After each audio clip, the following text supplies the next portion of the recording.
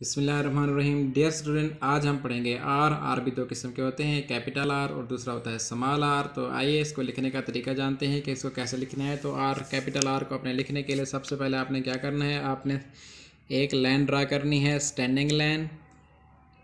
फिर आपने दो लाइनों पर बनाना है कर्व और फिर आपने ड्रा कर देनी है slanting line, small slanting line. ये हुआ कैपिटल आर। और स्मॉल आर को लिखने के लिए आपने पहले बनाना है छोटा सा कर्व।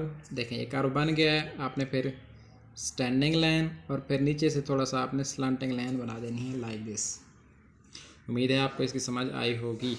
तो दोबारा लिखने की इसको कोशिश करते हैं। तो सबसे पहले आप क्या करते हैं, स्टैंडिंग लाइन बनाते हैं। देखें स्टैंडिंग लाइन, फिर आपने एक राइट कर्व बनाना है, फिर आपने नीचे स्मॉल स्लांटिंग लाइन ड्रा करनी है लाइक दिस। ये हुआ कैपिटल आर। स्मॉल आर के लिए आपने थोड़ा सा आपने पहले सर्कल बनाना है लाइक दिस, फिर आपने स्टैंडिंग लाइन बनानी है, फिर आपने ऊपर से थोड़ी सी छोटी सी बिल्कुल स्मॉल स्लांटिंग लाइन बना देनी है। ये हुआ स्मॉल आर। इसी तरह दोबारा हम लिखने की कोशिश करते हैं, standing line, curve and small slanting line. ये हुआ कैपिटल आर। स्मॉल आर के लिए आपने क्या करना है, जस्ट आपने ये करना है कि आपने एक सर्कल बनाना है। देखिए ये आपने कर्व बनाना है, फिर आपने स्टैंडिंग लाइन बनानी है और small slanting like this.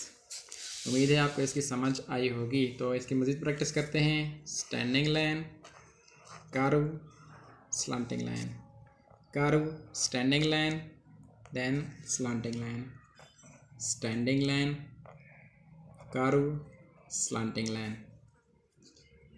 Curve, standing line, slanting line, standing line, curve, slanting line,